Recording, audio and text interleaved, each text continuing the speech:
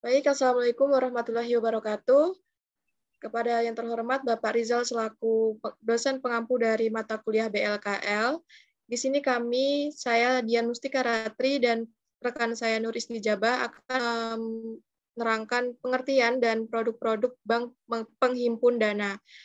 Baik, pembahasan pertama akan dijelaskan oleh Nur Istijabah.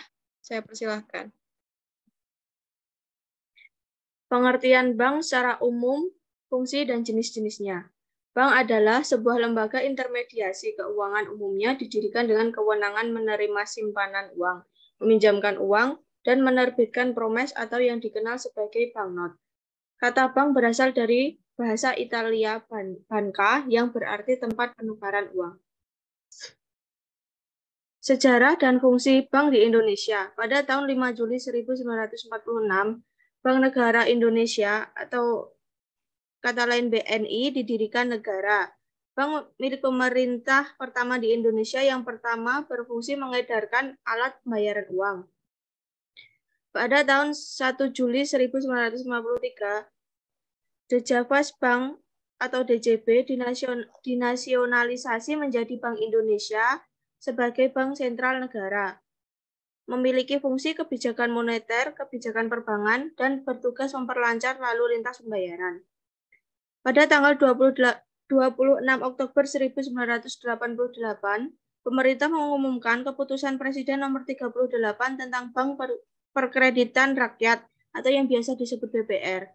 Fungsinya untuk melayani masyarakat golongan mikro, kecil, dan menengah. Pada tahun 1988, Bank Danamon menjadi bank devisa swasta pertama di Indonesia untuk melayani hal-hal terkait keuangan bagi masyarakat umum. Fungsi umum bank.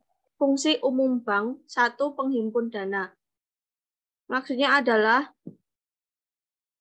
mengatur setoran modal ketika bank didirikan, dana dari masyarakat luas melalui usaha perbankan seperti simpanan giro, deposito tabanas, dan juga dana dari lembaga keuangan.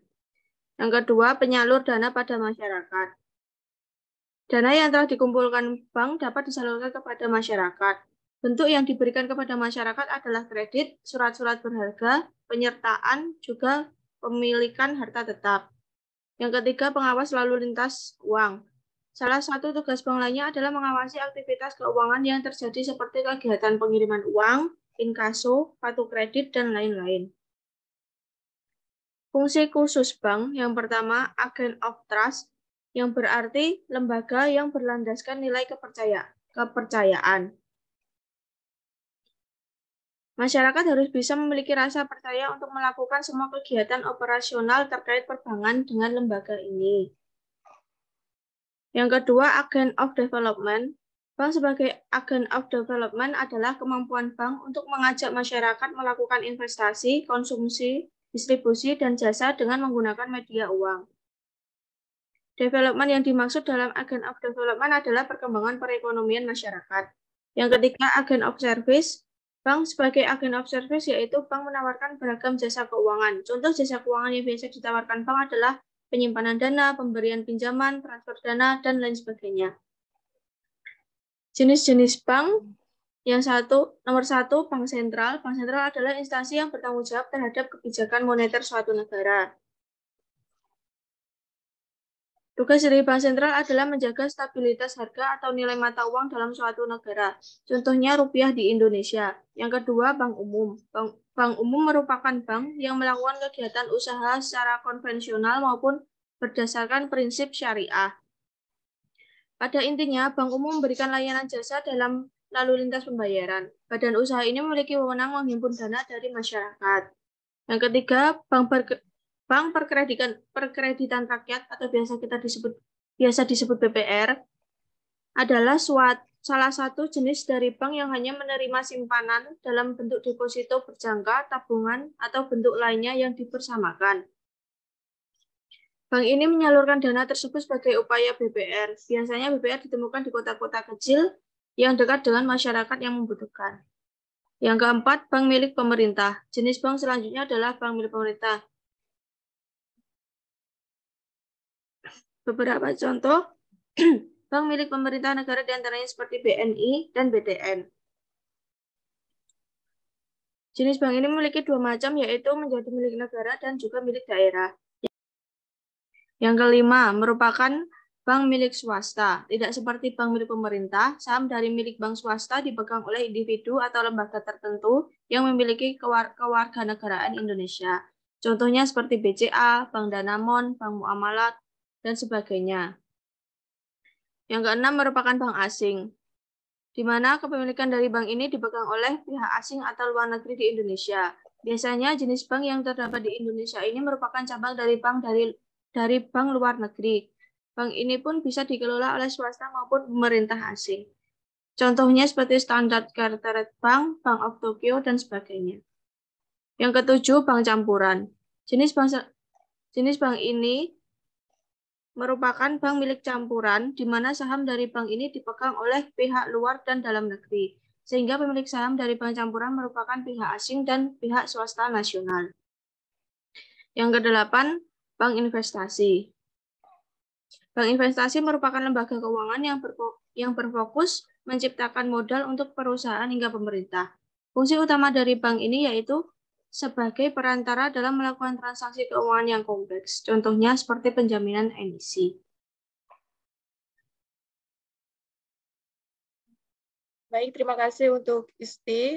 Maka saya akan menjelaskan untuk sebab kedua, yaitu pengertian Bank BNI, produk dan anak perusahaan.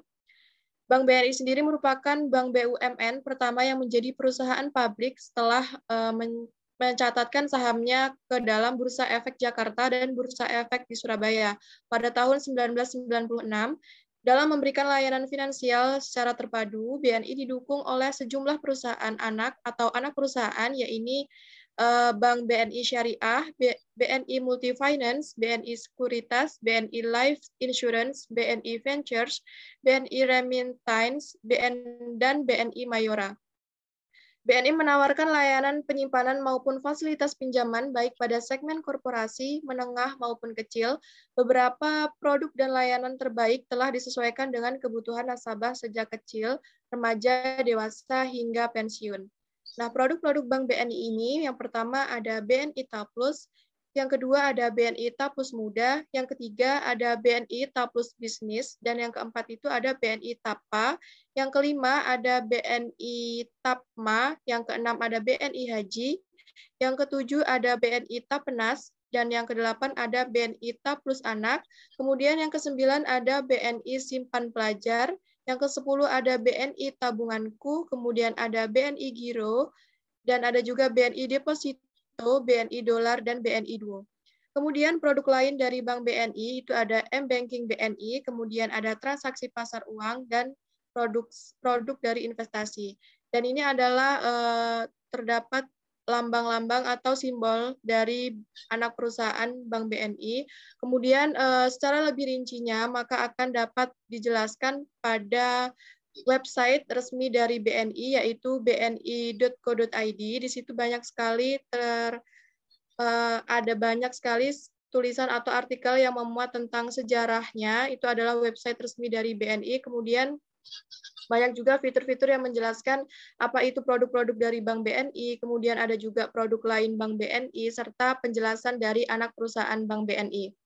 Saya akan menjelaskan secara singkat mengenai jejak langkah dari Bank BNI.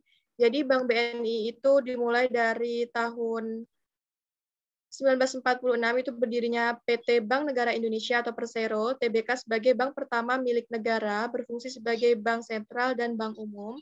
Kemudian di tahun 1950 itu ada BNI sebagai bank pembangunan dan diberikan hak untuk bertindak sebagai bank devisa. Kemudian di tahun 1955, BNI itu diubah menjadi bank umum dan membuka cabang pertama di luar negeri yang terletak di Singapura. Kemudian di tahun 1960 itu BNI mendukung perekonomian Indonesia dan memperkenalkan berbagai layanan perbankan seperti bank terapung dan juga bank keliling. Kemudian dilanjutkan pada tahun 1968 sebagai bank umum dengan nama Bank Negara Indonesia atau BNI ini mendapatkan tugas memperbaiki ekonomi rakyat Indonesia serta berpartisipasi dalam pembangunan ekonomi nasional dengan memberdayakan berbagai sektor industri di Indonesia. Kemudian di tahun 1986, BNI ini melaksanakan restrukturisasi atau operasional dan pembenahan korporasi, termasuk menyusun visi dan misi, serta Performance Improvement Program atau PIP. Kemudian di tahun 1989, peluncuran logo baru BNI ini berupa berlayar di tengah samudera sebagai cerminan dan ungkapan harapan dari bank. Kemudian di tahun 1992, bentuk hukum BNI ini diubah menjadi PT atau Persero, sejalan dengan ketentuan Undang-Undang Perbankan. Kemudian di tahun 1996, BNI ini menawarkan saham perdana kepada masyarakat dan mencatatkan sahamnya di Bursa Efek Jakarta dan Bursa Efek Surabaya. Hal ini menjadikan BNI sebagai bank pemerintah pertama yang menjadi perusahaan terbuka. Kemudian di tahun 1997, krisis moneter melanda Asia dan Indonesia. Sebagaimana bank-bank lain, BNI juga terkena dari dampak negatif krisis tersebut. Hal ini tercermin dari menurunnya indikator kinerja finansialnya. Kemudian dilanjutkan pada tahun 1999, BNI ini memperoleh tambahan modal dari pemerintah melalui program rekapitulasi atau rekapitalisasi perbankan. BNI berhasil memperoleh sertifikat ISO atau ISO 9002 sebagai pengakuan standar kualitas yang meliputi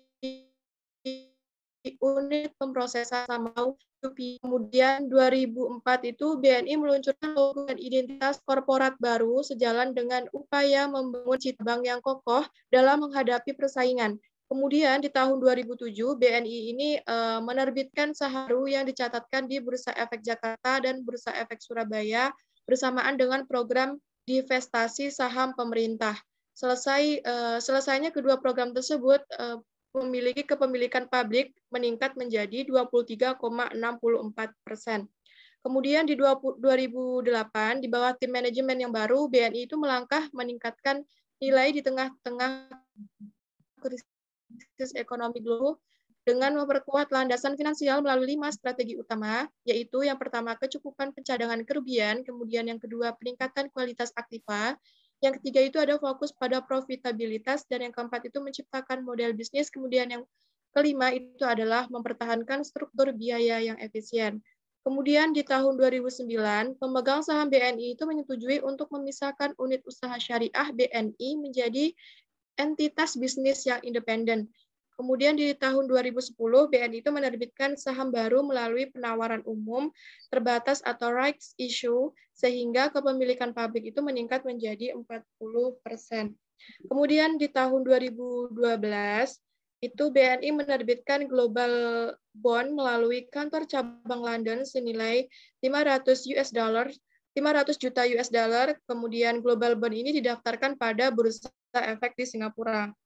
2013 itu BNI melakukan kemitraan strategis dengan Sumitomo Life Insurance Company yang membeli saham baru yang diterbitkan oleh PT BNI Life Insurance senilai 4,2 triliun rupiah. Kemudian di tahun 2014 itu laba bersih dari BNI ini untuk pertama kalinya menembus angka 2 digit, yaitu 10,8 triliun rupiah, sebagai salah satu program transformasi BNI yang dilakukan sejak tahun 2008. Kemudian di tahun 2015 itu dalam rangka menyesuaikan diri dengan perubahan lingkungan usaha yang dinamis, memenuhi kebutuhan seluruh pemangku kepentingan dan menyelaraskan dengan regulasi terkait pengelolaan konglomerasi lembaga keuangan, BNI melakukan restamen visinya menjadi lembaga keuangan yang unggul dalam layanan dan kinerja. Di tahun 2016, untuk kedua kalinya, BNI mencatatkan laba double digitnya sebesar 11,4 triliun dengan fundamental yang lebih baik ditujukan converge ratio mencapai 146% dan CAR sebesar 19,4%. Di tahun 2017, penerbitan obligasi berkelanjutan 1 BNI tahap 1 tahun 2017 dengan nilai 3 triliun rupiah dengan jangka waktu 5 tahun dengan kupon sebesar 8% per annum. Obligasi BNI diterbitkan pada tanggal 11 Juli 2017 dan listing di BII pada tanggal 12 Juli 2017. Kemudian 2018 itu adalah penerbitan Medium Terms Notes atau MTN subordinasi 1 BNI tahun 2018 dengan nilai 100 miliar rupiah dengan jangka waktu itu sekitar 5 tahun dengan tingkat bunga tetap. Bunga tetapnya itu adalah sebesar 8% per annum. MTN telah dicatat oleh OJK dengan tanggal efektif 8 Juni 2018. Mungkin itu saja yang dapat kami sampaikan. Untuk lebih jelasnya mengenai apa itu BNI dan poin-poin pentingnya dapat diakses melalui bni.co.id. Apabila ada salah kata dari kami mohon maaf dan kami ucapkan terima kasih. Kami akhiri. Wassalamualaikum warahmatullahi wabarakatuh.